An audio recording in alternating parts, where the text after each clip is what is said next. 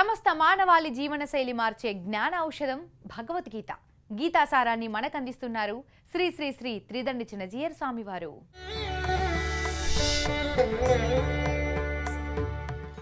ఆపదామపహర్తారం దాతారం సర్వసంపదాం లోకాభిరామం శ్రీరామం భూయో భూయో నమామ్యహం.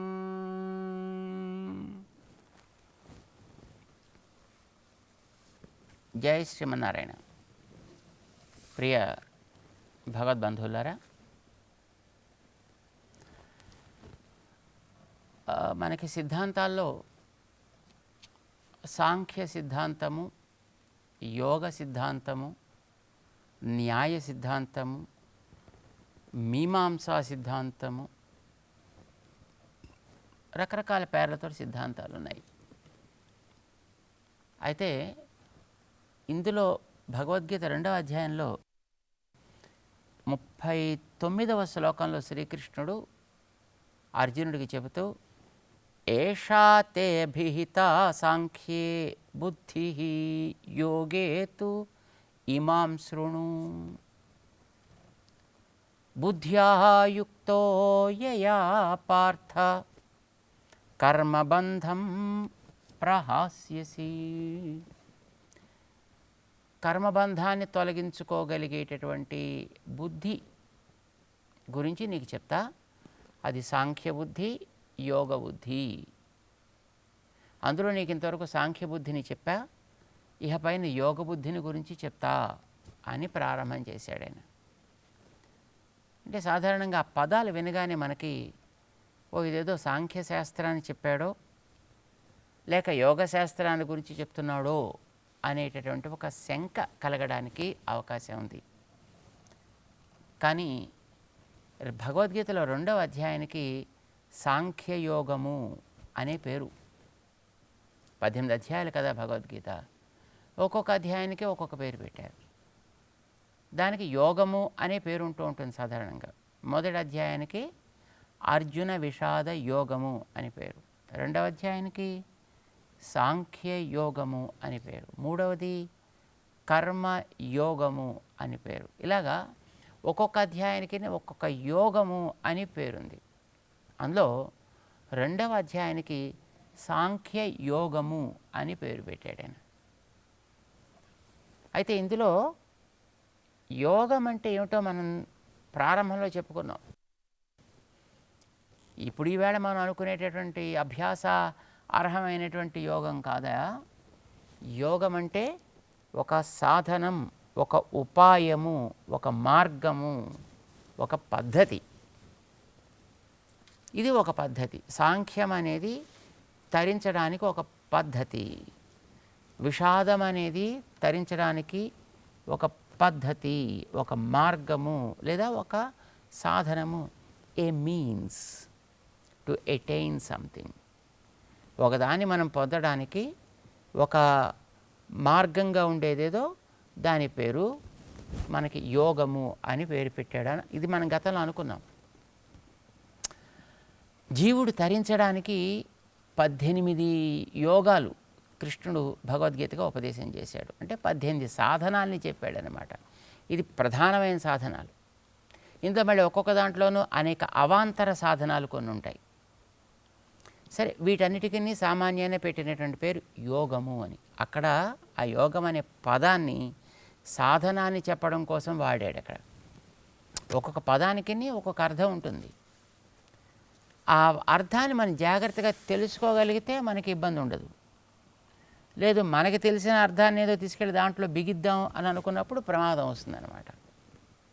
ఇప్పుడు మన దగ్గర టోపీ చిన్నది ఉందనుకోండి, దాంట్లో మనం తల పెట్టాలి అని ప్రయత్నం చేసామంటే అప్పుడు తలని కొంచెం ఇటు నరుక్కోవాల్సి వస్తుంది అన్నమాట.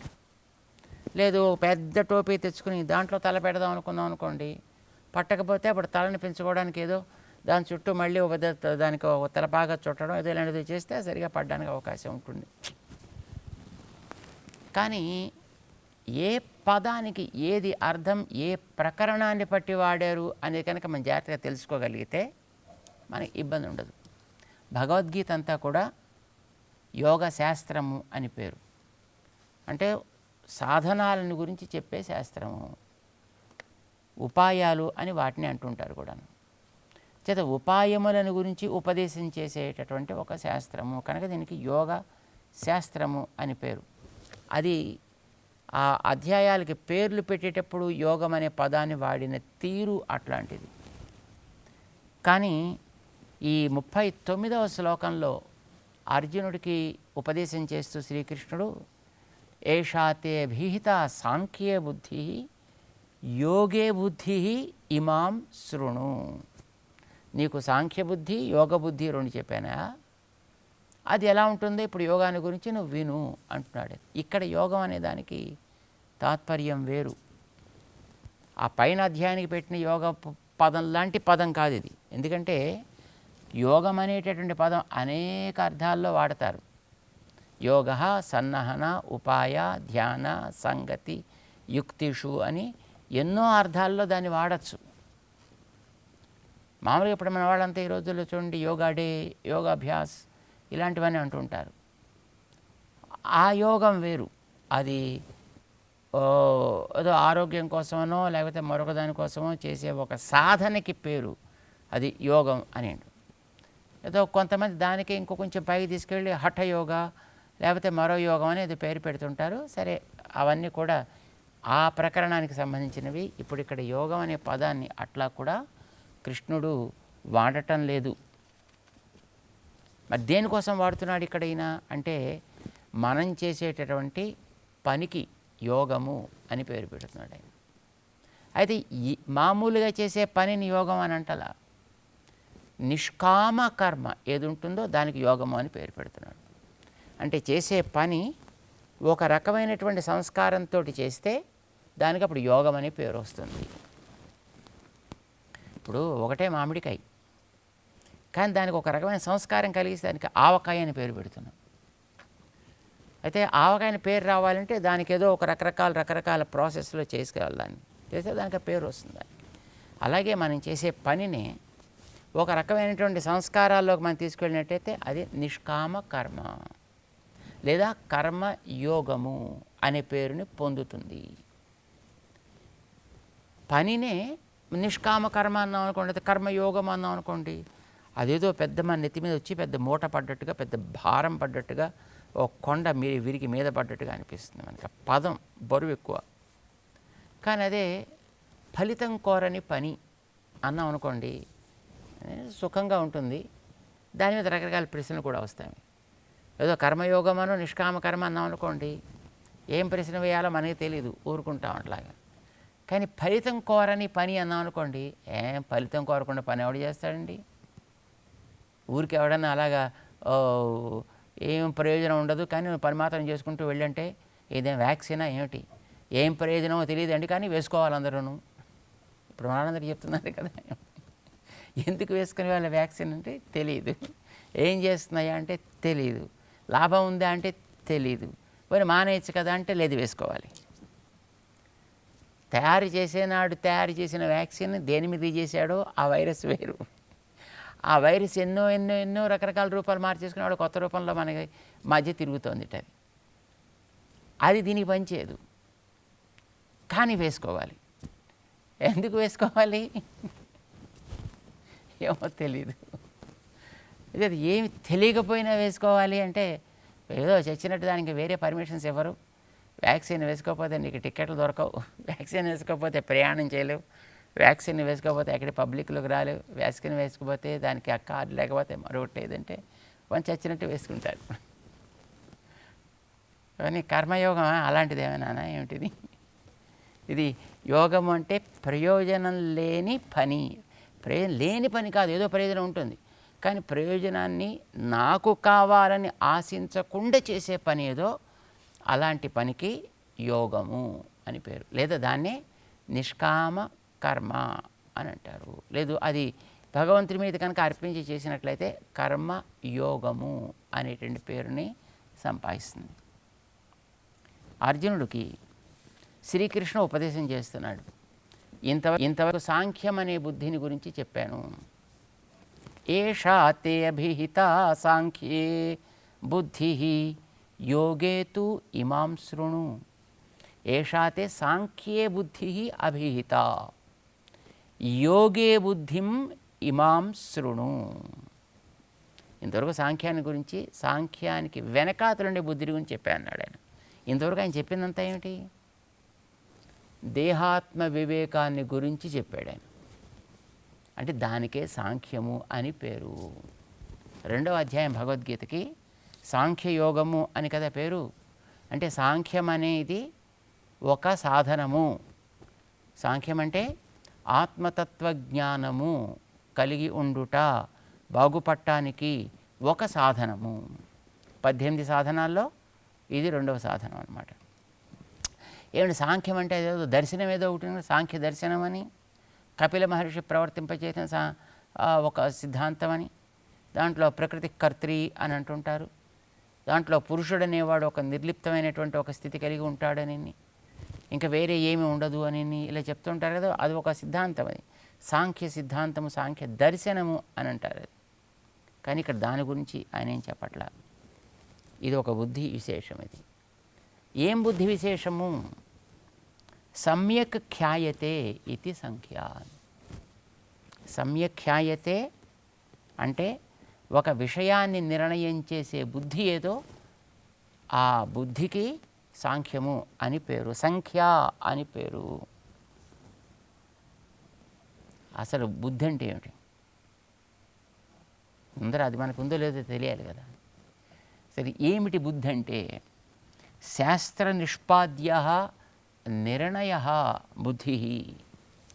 శాస్త్రములో నిగ్గు తేల్చినటువంటి ఒక నిర్ణయమేదో, ఇది చెయ్యతగినది, ఇది వదలదగినది, ఇది కర్తవ్యం, ఇది త్యాజ్యం, ఇది తెలుసుకోదగినది, ఇది తెలియతగనిది అని ఏవైతే నిర్ణయం చేసి ఉంటారో ఆ నిర్ణయానికే బుద్ధి అని పేరండి. శాస్త్ర నిష్పాద్యమైనటువంటి నిర్ణయాన్ని బుద్ధి అంటారు. ఇప్పుడు ఈ బుద్ధి సంఖ్య అనే పేరుతోటి పిలుస్తారు. ఎందుకని?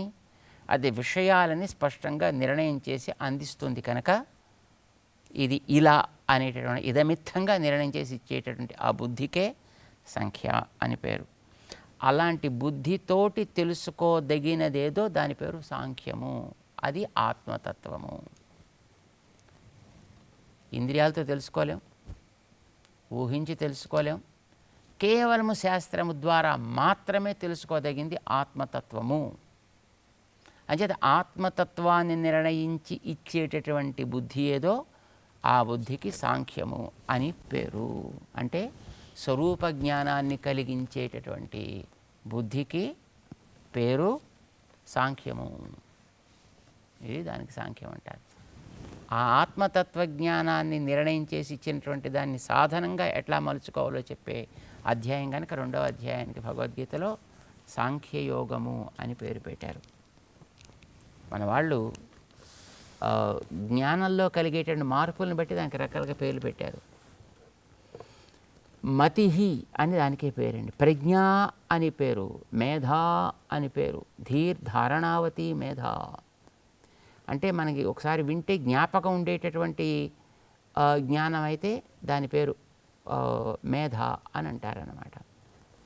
ఇంకా ఎప్పుడూ మనకి స్పష్టంగా ఉండేటటువంటిదే త్రైకాలికీ మత ప్రజ్ఞ. అలాంటి జ్ఞానాన్ని ప్రజ్ఞ అని అంటారు. జరగబోయేదాన్ని ముందే ఊహించగలిగేటటువంటి జ్ఞానం అయితే దాని పేరు మతిహి, ఆగామి గోచర అని అంటారన్నమాట. నిఘంటు మనకి చెప్తూ ఉంటుంది, బుద్ధి మతిశ్చ మేధా సంఖ్య సంవిత్తి ఉపలబ్ధి. ఇవన్నీ కూడా మన జ్ఞానానికే పేర్లు. అయితే ఇలాంటి వాటిల్లో ఆత్మతత్వ జ్ఞానాన్ని నిర్ణయం చేసుకోవడానికి పనికొచ్చేట్లుగా ఆ బుద్ధి మనకి ఒక నిశ్చయాన్ని కలిగిస్తే దానికి సాంఖ్యము అని పేరు అన్నమాట. ఈ సాంఖ్యాన్ని గురించి నేను ఇంతవరకు ఆ బుద్ధిని ఏ రకంగా నువ్వు సిద్ధం చేసుకోవాలో, సమత్వ భావన భావితమై ఉండేటట్లుగా ఎలా దాన్ని తీర్చిదిద్దుకోవాలో ఇంతవరకు నేను నీకు చెప్పాను. దీన్ని పునాదిగా పెట్టుకుని ఇప్పుడు నువ్వు చేయాల్సిన పని ఏదో దాన్ని ఆరంభం చేయాలి. ఇప్పుడు ఏదో మనకి 10th క్లాస్ అనేది ఒక పునాది. దాని మించి నువ్వు సైన్స్ తీసుకుంటావా, లా తీసుకుంటావా, హిస్టరీ తీసుకుంటావా, ఎకనామిక్సా, కామర్సా, ఏదో మరొకట తీసుకుని పెడతారు కదా. ఇది పునాది అంటాం. ఈ పునాది అనేది మొదట ఎంత స్థిరంగా ఉంటే పైనుండే కట్టేటువంటి సౌధం అంతా అంత స్థిరంగా మనం కట్టుకోవచ్చును. ఆత్మతత్వ జ్ఞానాన్ని నిర్ణయం చేసి ఇచ్చేటువంటి బుద్ధి ఎంత స్థిరంగా ఉంటే, సాంఖ్యం ఎంత స్థిరంగా ఉంటే, అప్పుడు మనం చేసేటటువంటి పని అంతా బాగుంటుంది. ఆ పనికి యోగం అని పేరు. యోగముగా నీ పనిని తీర్చిదిద్దగలిగే బుద్ధి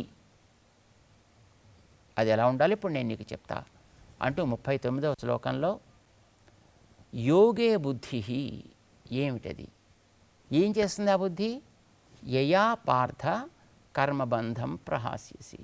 నువ్వు చేసే పనులన్నింటినీ కూడా అది చక్కగా సంస్కరించి కొత్తవి అంటకుండా పాతవి తొలగేటట్లుగా నీ యొక్క పనులని సంస్కరించి ఇచ్చేదేదో దాన్ని ఇప్పుడు నేను నీకు చెబుతా అంటూ కర్మయోగానికి సంబంధించినటువంటి ఉపదేశాన్ని కృష్ణుడు 2వ అధ్యాయంలో క్రమంగా చేస్తూ ముందుకు సాగుతున్నాడు. జై శ్రీమన్నారాయణ.